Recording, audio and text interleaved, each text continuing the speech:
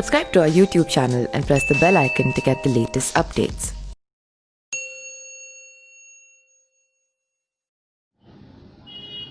अक्टूबर का महीना इस बार धार्मिक दृष्टि से बहुत महत्वपूर्ण रहने वाला है। पितृपक्ष के बाद अधिक मास में शुभ कार्यों का वर्जित माना जाता है। इसके बाद नवरात्रि से शुभ समय शुरू होता है। हिंदू धर्म में नवरात्रि का विशेष महत्व होता है।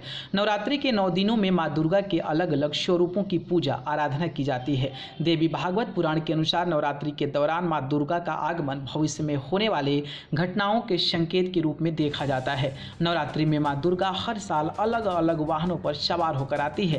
इसका अलग अलग महत्व होता है। एक साल में 4 नवरात्रि आती है। अश्विन मास की नवरात्रि सबसे महत्वपूर्ण होती है। इसमें देश भर में माँ दुर्गा की प्रतिमा स्थापित की जाती है।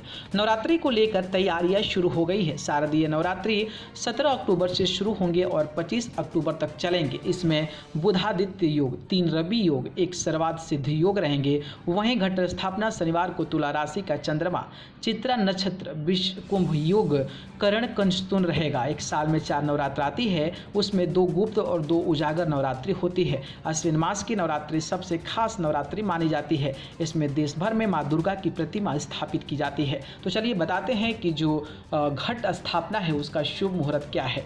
तो प्रातः 7:51 से लेकर 9:18 तक है। दोपहर की बात करें तो 1:40 से लेकर 4:40 तक है। वहीं शाम की बात करें तो 5:57 से लेकर 7:30 तक है। वहीं अगर हम रात्रि की बात करें तो 9:40 से लेकर 12:10 तक है। इस वर्ष शारदीय नवरात्रि करीब 1 महीने की देरी से शनिवार 17 अक्टूबर से आरंभ हो रही है। खास बात यह है कि इस बार नवमी और दशहरा एक ही दिन होगा। नवमी तिथि की समाप्ति रविवार सुबह 7:42 पर होगी। इसकी समाप्ति के बाद ही दशमी लग जाएगी। यही वजह है कि इस बार नवमी, विजयदशमी, अपराजिता पूजन एक ही दिन किया जाएगा। नवरात्रि में देवी के 9 स्वरूपों की पूजा आराधना की जाती है।